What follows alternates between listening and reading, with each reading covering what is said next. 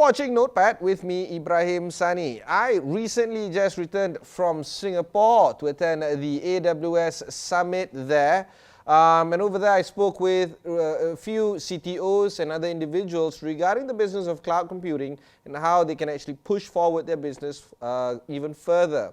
One of the companies that I spoke to was iPrice. And iPrice, if you know about them, they are an aggregator that has hundreds of millions of products on their website, and the entirety of the catalog is made available for consumers to select from. Now the question is, how can they allow for consumers to select products that, number one, can be easily found, and number two, they can smartly predict the kind of items that you want?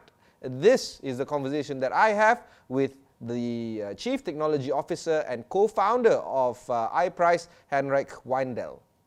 It's quite eye-opening, right? So for me, growing up in Germany and then working in the US, e-commerce was always part of my life.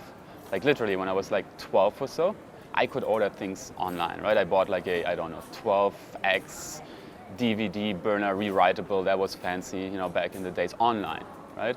And then I came to Southeast Asia the first time, and basically, the first store just opened their website. Hang on, let's recap a little bit. So sure. You're German. How did you cross the pond all the way to Seattle? Well, I wanted to do something big, so I reached out to friends. Friends reached out to friends, and eventually they basically told me, being very eloquent in business and economics, look at Southeast Asia. That region is just growing, and that's where to be. So I trusted them. I wanted to leave anyway. It's good to have a forcing function, and I did it. I came here, and then we figured it out along the way. What kind of skills did you pick up while you were at Microsoft? I would say two things. Obviously there's the technical aspect, right? I was a product manager at Microsoft in Visual Studio, and that's a relatively technical product, and you work with really brilliant people. They're industry legends that have done things for 15, 20 years in their career, and they are super approachable. So you just learn a tremendous amount of things about technical stuff. But then the other thing that I would say is equally important is from a business perspective, you just learn how a company at that scale can exist. And so you need to have that kind of vision out there somehow. When you start a startup, you start small always, right? But if you don't have that big vision and kind of see how it can actually work, I think then you're missing a big piece, and that kind of prevents you from actually doing this hyper growth that a lot of startups need. And that's why you chose a conscious effort to leave Seattle, come to Asia for the first time ever, park yourself in Kuala Lumpur, strike up some business relationships, and off you go with iPrice. That's it. That's crazy. And okay, let's talk about a little bit more about iPrice. iPrice today is very much different from iPrice 4 or 5 years ago. Absolutely. Yeah. Let's talk about the differences. Yeah. We started out with the kind of mission on two sides of the equation. So one side is the customer, right? So the customer, we offer e-commerce, growing market. It's super intransparent. So many things happening, right? The customer really doesn't know what to buy, where to buy, who to trust, and so on and so forth, right? So for the customer, it's all about providing that transparency, that they feel they can actually buy something online. And then for the merchant, obviously we need to have a value proposition as well, because for us as iPrice, they are our, let's say, paying customer. So for them, it's really, about driving more sales towards them. These are the two sides of the equations that we started on, and that we're still, really building around. But there are a lot of different products under the iPrice umbrella and platform, that we build up, which help, in that, journey, kind of filling that equation, pretty much.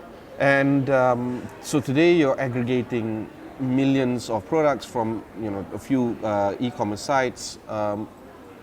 Let's start off with the backbone on your architectural type from the back end. Yeah, when we started, we had, let's say, I guess a couple dozen merchants, maybe 5 million offers in our catalog, and then it just took off exponentially. So we went to 50 million, and now we're at 500 million offers in our catalog, right? And you can imagine, 500 million, in order to make that accessible to somebody who has most likely never shopped online in their life, you need to do a lot of data crunching there actually in our backend, right? And that's obviously also where AWS helped us a lot. We were on AWS from the beginning, and one thing is like the scaling. As we grew as a company from these, let's say, 5 million to 500 million offers by now. And with AWS, that was like really super easy. It was almost a click of a button, right? But with more traditional servers and that kind of stuff, it wouldn't have been possible because we have to order the servers first, they have to come, then we install, and you can imagine what kind of time goes by in the meantime. And AWS just offers you that capacity. They have the data center here in Southeast Asia, so quick access to the user. And that's really what enabled, our backbone, as you call it, to actually stand in place. You're from Microsoft. Microsoft offers cloud, Amazon as well, Alibaba, you name it, IBM, everybody else offers. But why settle with AWS? Yeah, I would say 4 years ago, Microsoft was certainly not on the level of AWS. AWS was, far more advanced as a platform. They have caught up, to be quite, honest on it, and it's interesting to see them. But by now, we have so much running on AWS, and the opportunity cost of migrating to a different platform is really big instead of developing, more functionality on the existing platform, right? So, certain workloads, you can always, new workloads, look at different platforms. Maybe they have a bit of a competitive edge there. But by default, we're continuing to run it on AWS. Do you feel that as a client to AWS, you get what you need and more from them? Do they respond quickly, or do you think that there can be room for improvements here? No, absolutely. I'm actually quite impressed about them. We're not like a very, let's say, demanding customer. Our techies, they are quite familiar with the platform, and the platform is relatively easy to use. But whenever there's a question, sometimes the, let's say, billing model, for example, is a bit more complex. You just, contact them. They have a big office in Malaysia. They have a big office in Singapore. They always fly in the experts from, the Silicon Valley and from Seattle directly, and like super responsive. So I really don't have any idea what they could do better there, to be quite frank. Okay, let's talk about some of the business angle to iPrice. I know that you're a CTO, but you're also co-founder, so you're vested in the growth of the company. And iPrice is vested in Southeast Asia. There's like 7 or 8 countries you're in here: Vietnam, Singapore, Malaysia, Indonesia, you name it. Many of those countries have different levels of internet speed, congestion, consumer familiarity with e-commerce. How do you tie the differences of all these?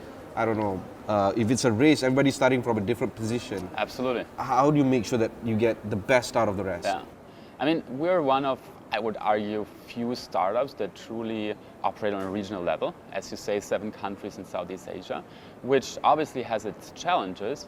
But for us being like truly digital, platform, since we don't have to have too many people on the ground, since we are truly digital, we don't need to have too many people on the ground. And with that, we can really operate it from one location.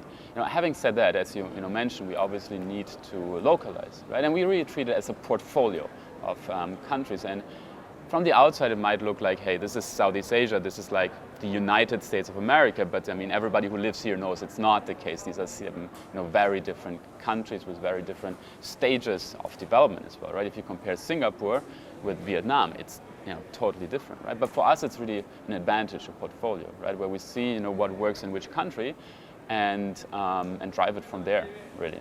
You've or iPrice have raised a few $1 million from your Series A. There's a lot of talk about more fundraising programs that is coming in the pipeline.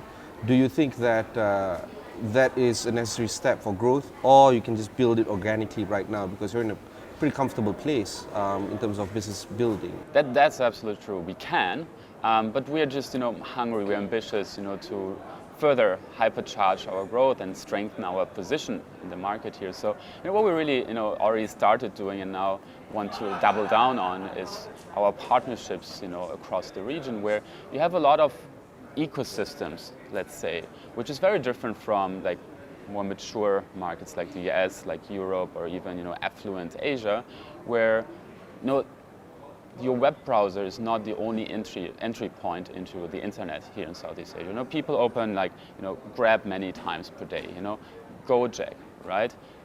They go through other messaging apps that are more localized, like Line, and so on and so forth. And all of these platforms and ecosystems are looking for ways to monetize their user base. So that's where we see that we plug in our e-commerce catalog for them so that their users have direct access to the e-commerce as well, which really is something we already started. So we're going live with Line in Indonesia very soon. And it's really a win-win situation, because if you think, playing in e-commerce is a game of billions of dollars, literally. I mean, if you go in niche, maybe you can do it with $100 million, but competing against the giants like Lazada and Shopee, it's really tough, right? So we really offer a very low-cost way for all of these ecosystems to participate in e-commerce and really monetize their user bases. Falling back to your competency as a CTO, there are two things that I can spot that could be very interesting in the years to come. One is the advent of 5G and the arrival of 5G. Singapore says that they're going to get it done in 2020. Malaysia says we're going to get it done in 2021. Many other countries are going to roll out. That's one element. Another element is on the new data centers of AWS. They're going to create new presence in Jakarta very soon to complement that of Singapore. Right. These two surely excite you, or it's going to create more headache for a person like Well, the second a lot more than the first, to be quite frank. I mean, 5G, I don't know, like where the benefit for our business really will be. I haven't thought through it deeply, to be quite frank. But data center Indonesia, that makes a difference. Like you mentioned earlier, right? Internet speeds in Southeast Asia are still, a thing where there's some room for, optimizing. And by getting your data closer to the user, that brings you a long way actually there, right? So Indonesia is like a very diversified market, not only in terms of like all these islands, but the number of internet service providers and all that kind of stuff. So from a technical perspective, all that routing, it can become like a very long path, until the data arrives from the data center at the end user, actually, right? And that's where having the data center in Indonesia directly, will bring that so much closer to the users, and they will really notice that in their end user experience, and that will make a big difference for us. That was my conversation with iPrice CTO. Remember, if you want to watch more of shows like this, just head on to astroawani.com or download our app at the Google Play or the Apple App Store and search for Notepad. That's it from me for today. Thanks very much for watching. Until next time.